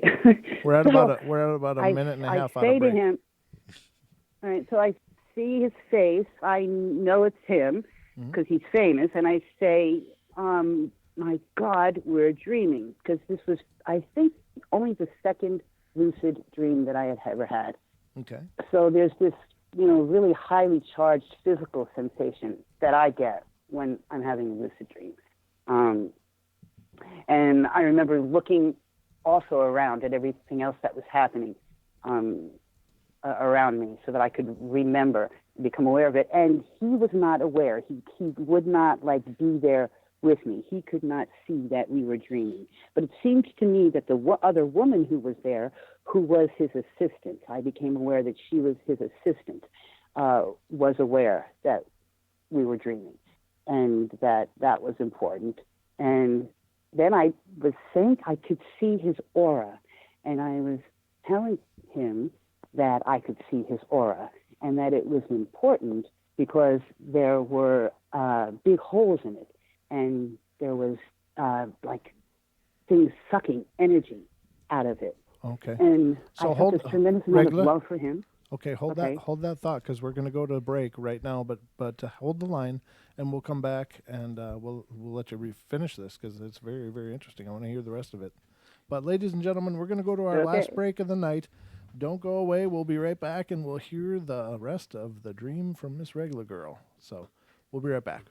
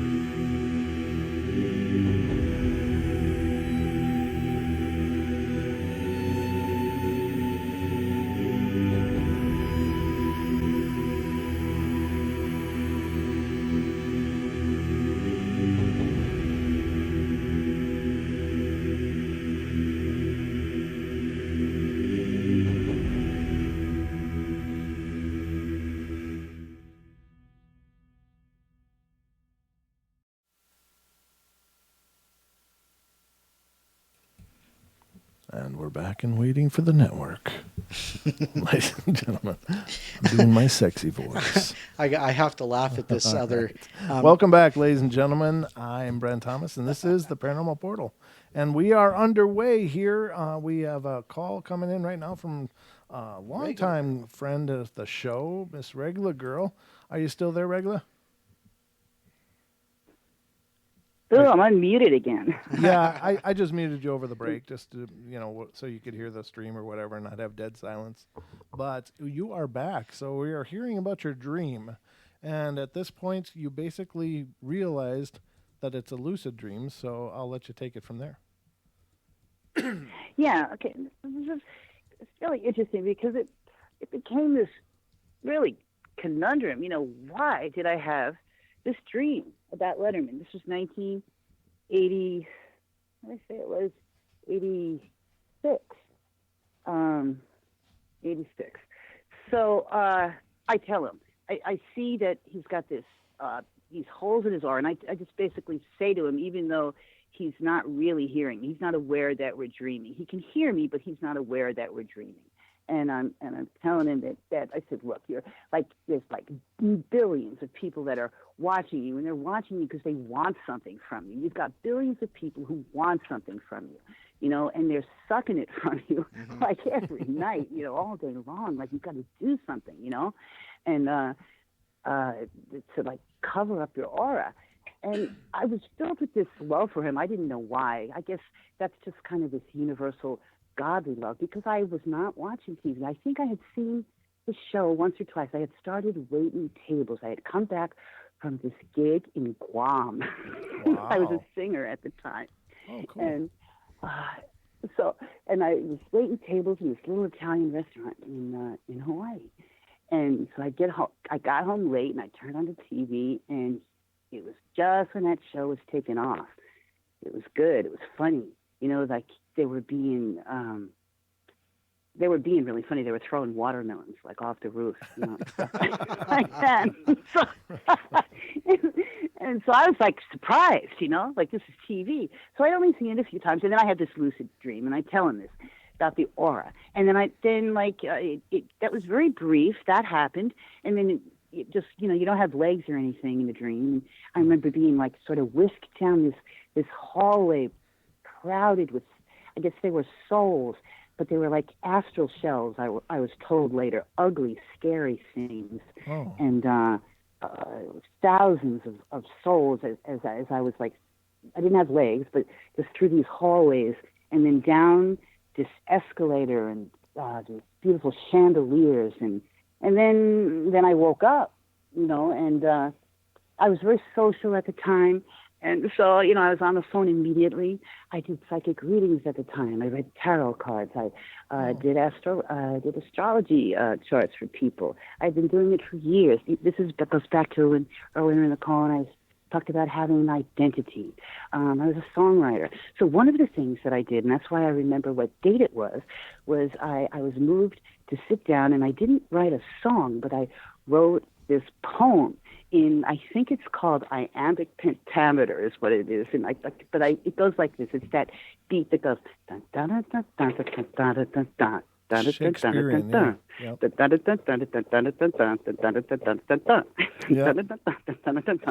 Right? That thing, That Irish Shakespearean way, yeah.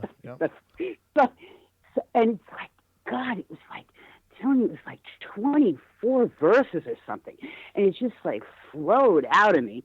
And I did this calligraphy thing, like it was this thing that I did for this lucid dream that I had, that I cannot remember the detail of it. This is 1986, and it became this thing where every time there was an opportunity for a psychic reading, a new psychic would come to town, and there were a lot of them, in the late 80s. Sure. In Honolulu. Yeah. I would have one. I'd put one in. I wanted to know, why was I having these? And I was a singer at the time, and I was writing these kind of new age spiritual songs. So it was funny and interesting part of the journey, because assumptions were made.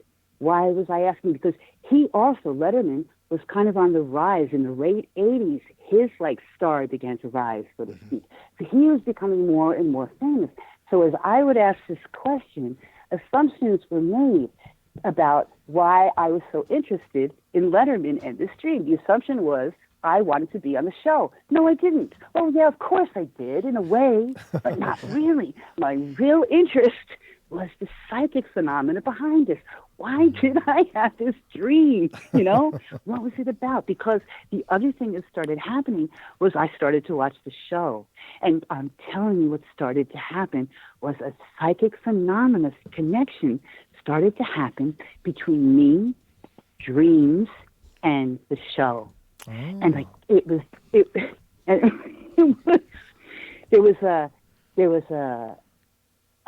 this kind of connects with you talked last night at the beginning of your show about the nature of reality. Uh-huh. What is reality, you know? Yeah. And what is its nature, and how do we prove what that is, you know? As I begin to talk about the next part of this, you know, I want to make reference to that because there was I began to study tarot a little more deeply around this time, and so this new teacher came into my life to do that a little bit more deeply. Her name was Angelica, and so when I began and how that happened was I shared this dream, this phenomena, and instead of her, you know, thinking that it was crazy, she shared something with me. She said. She just like said, "Oh, of course that's real," and she began to share some insights about it, and then teach me more about tarot. And anyway, where was I going with this? Sorry, I didn't. No, it's fine. Bad radio. Good thing I don't have my own show. Where was I going? Oh, help! Help! That's okay. No, it's not. It's not okay. Not okay. No, I'm really blank. I really am. I'm just. Oh, well, that's all right. Well, you know, what was? And there's more to tell. There really is. I shouldn't hang. There really is more. I just there's just a blank. What was Angelica's purpose in this? I'm sorry, I must have missed that part.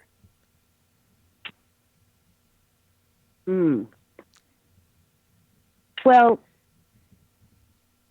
she was going to teach. She began to teach me more about tarot, and maybe she doesn't have enough of a purpose that I mentioned her. Maybe that was my sort of sidetracking in it. Oh, okay. Except that.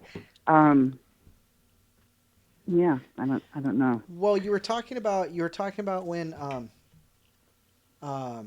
oh yes, she did because what we did was she had an idea to put she had an idea to put on a benefit. So a benefit in Earth. What's the name of that organization that does the for the dolphins to save the whales? What's that? Earth Peace or Greenpeace? Greenpeace? Greenpeace. Oh, this is a funny story. Yeah, in a way it is. Uh-huh. So we're sitting out in my backyard one afternoon and talking about these things, and her idea was that I write to Letterman, to Paul Schaefer actually, and tell him that she and I are going to put on the first annual Honolulu Greenpeace benefit, and that we'd like, and then I'm going to sing a song in the benefit, 2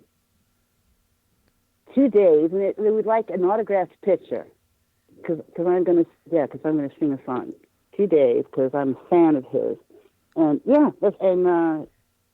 so what happened was we actually did this benefit, and it was successful. We raised quite a bit of money. Oh, good. And he did, but not only did they send a picture, an autographed picture that I did use when singing the song, but they did a segment in in the show where Paul is out in a Greenpeace boat where they're going whaling and they're knocking whales over their heads instead of saving them.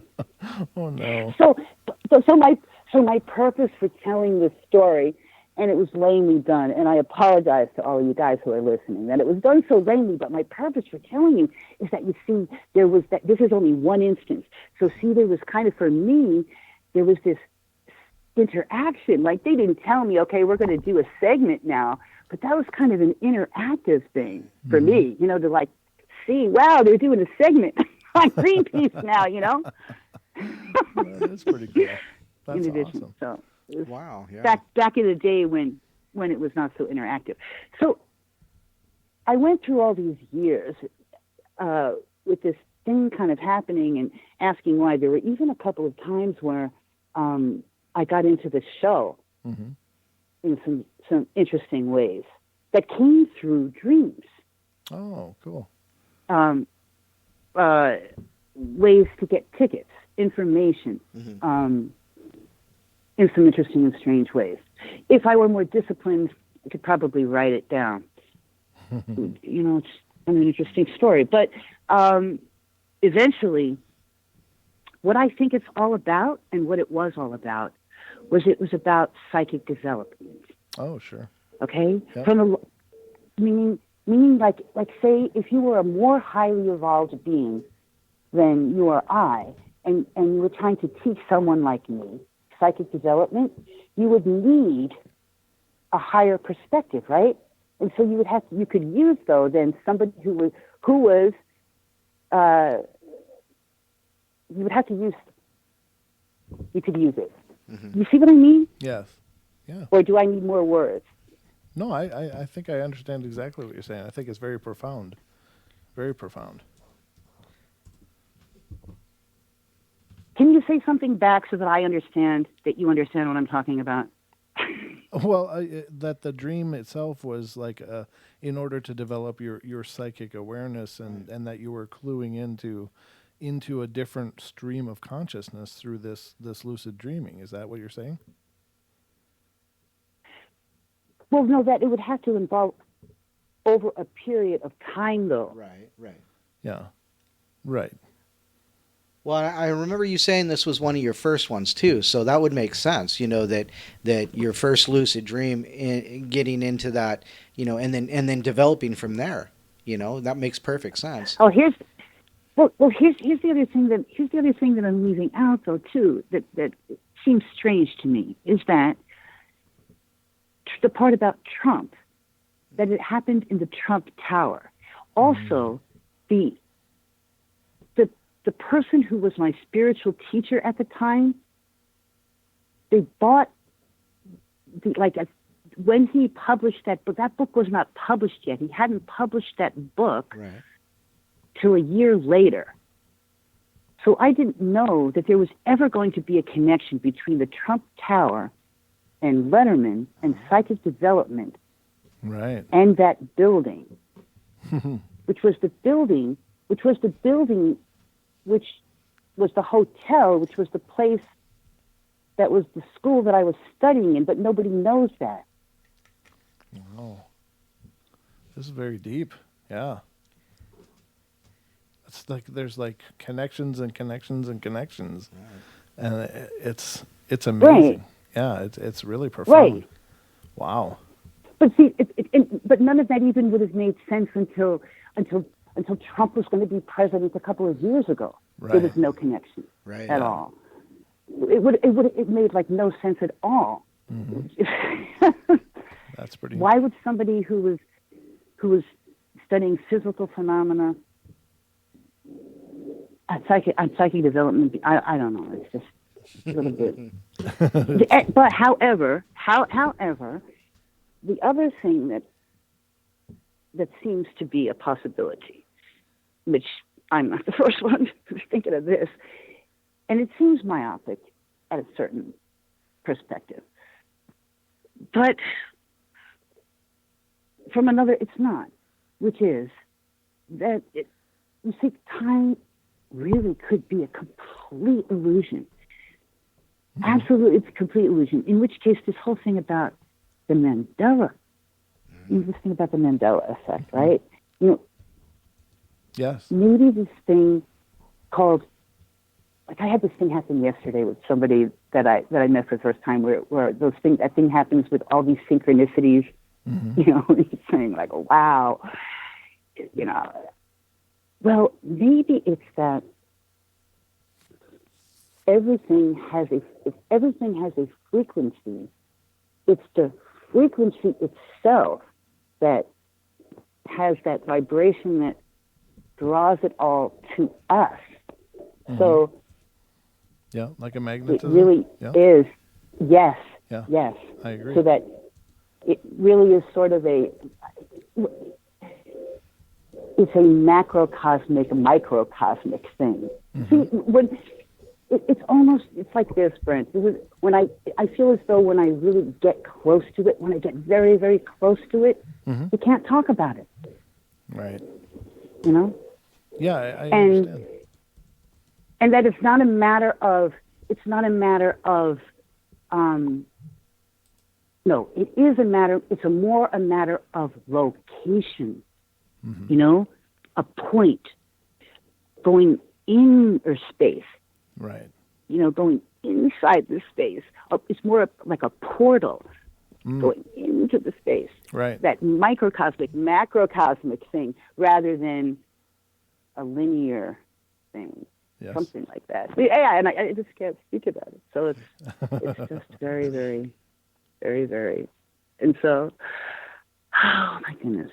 Well, thank you so much for sharing that with us tonight. It's always a pleasure to hear from you, and thank you for calling in. I hope you call in a little more often because it's been a long time. Okay. Well, I just feel once again as though it's slip sliding away from me. But that's the paranormal, I guess that's the paranormal wonder of it all. Absolutely. And, Wow. thank you very much. All right, we love you and take care, and thank you again Regla. for calling in. Love you too. All right, see ya. All righty. All right, now I got the boss on the phone What? here. The boss is on the phone? Yeah. The boss is on the phone. Hey, boss, are you there? No, I'm not the boss. Sure, he's the boss.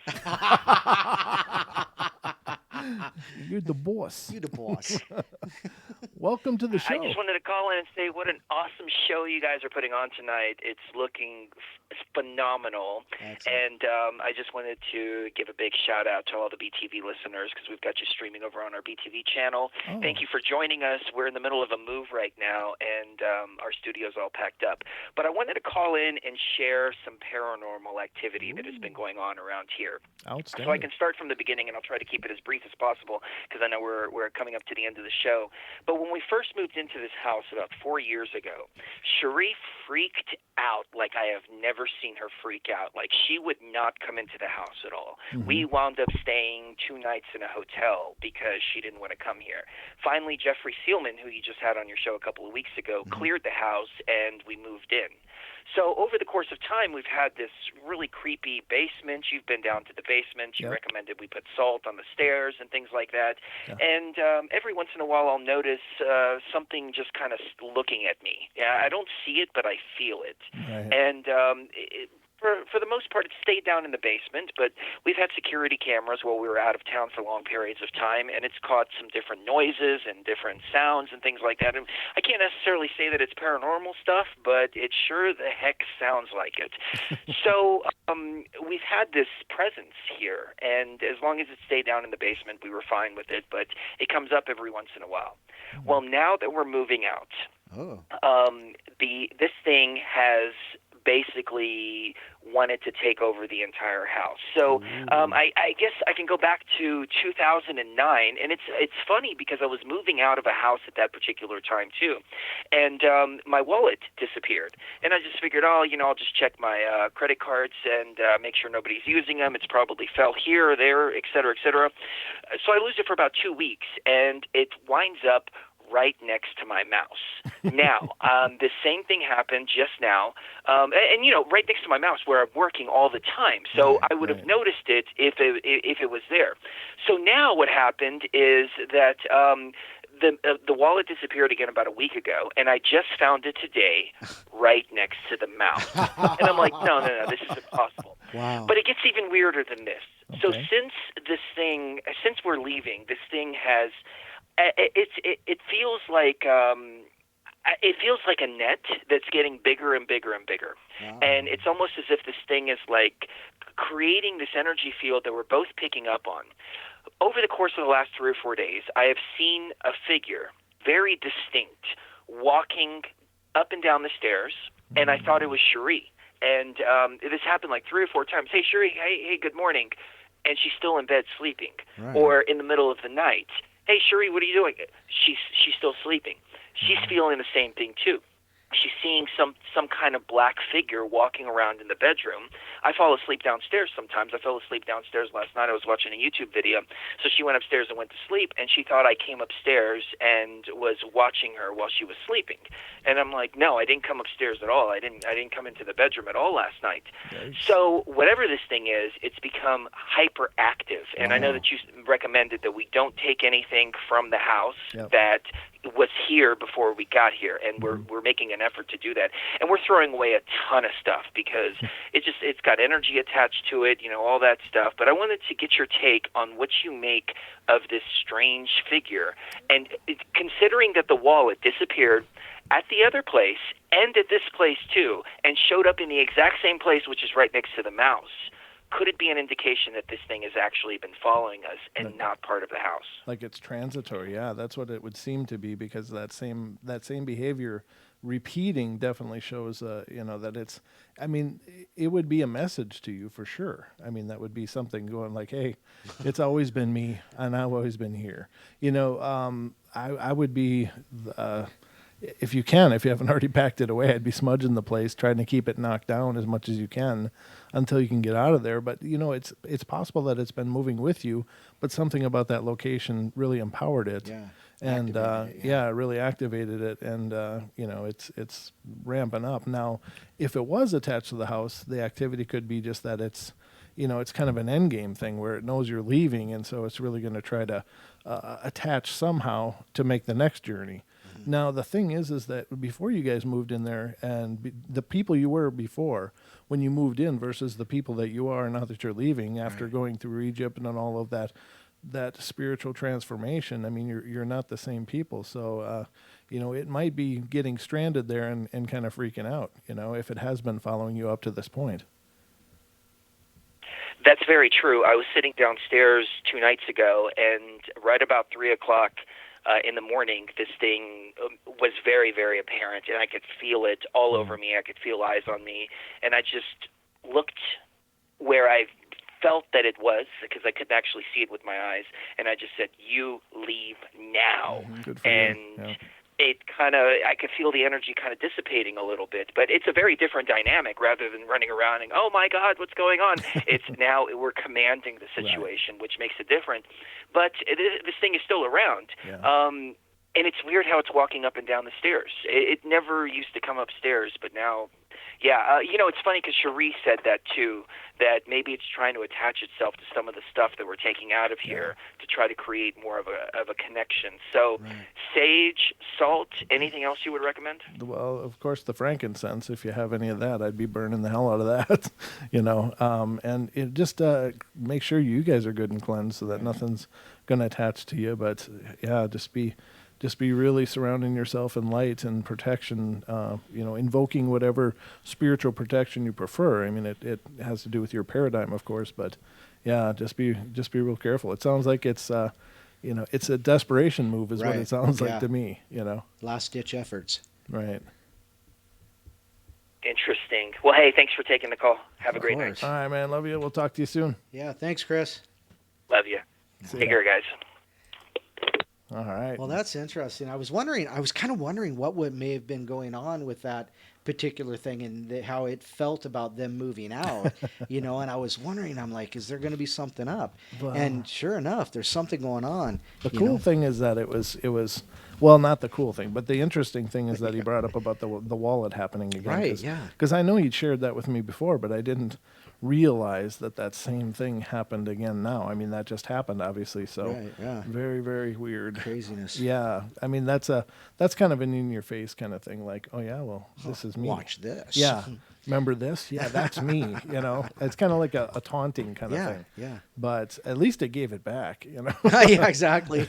I mean, what's it going to do with your credit cards? Yeah. You know, It's gonna go shopping. shopping. I didn't order diapers. What's going on? Why are these coming from Amazon? That's kind of a weird retail therapy right there. Well, yeah. I mean, I guess that depends too. Ooh, but I'm bummed. But ladies and gentlemen, that about burns up tonight's time. I'm sorry, Diane. I see your call on the board there, but we just didn't get a chance to get to you tonight. We love you all. Be good, be kind, be nice. I'll be back tomorrow night for a bedtime story, so I'll be looking to see you guys then on our YouTube channel only, Paranormal Portal. But Monday 9:00. Monday, 9 o'clock. Be good, be kind, be nice. Take care of each other, and I love you. And we will be back. We'll be doing our Monday New Year's Eve marathon. So There you go. don't miss it. Don't but miss it. Don, anything in closing? Love you guys. Thank you. All right. So there it is, ladies and gentlemen. Have a great night. I'll see you tomorrow night. Be good, be kind, be nice, and we're out of here.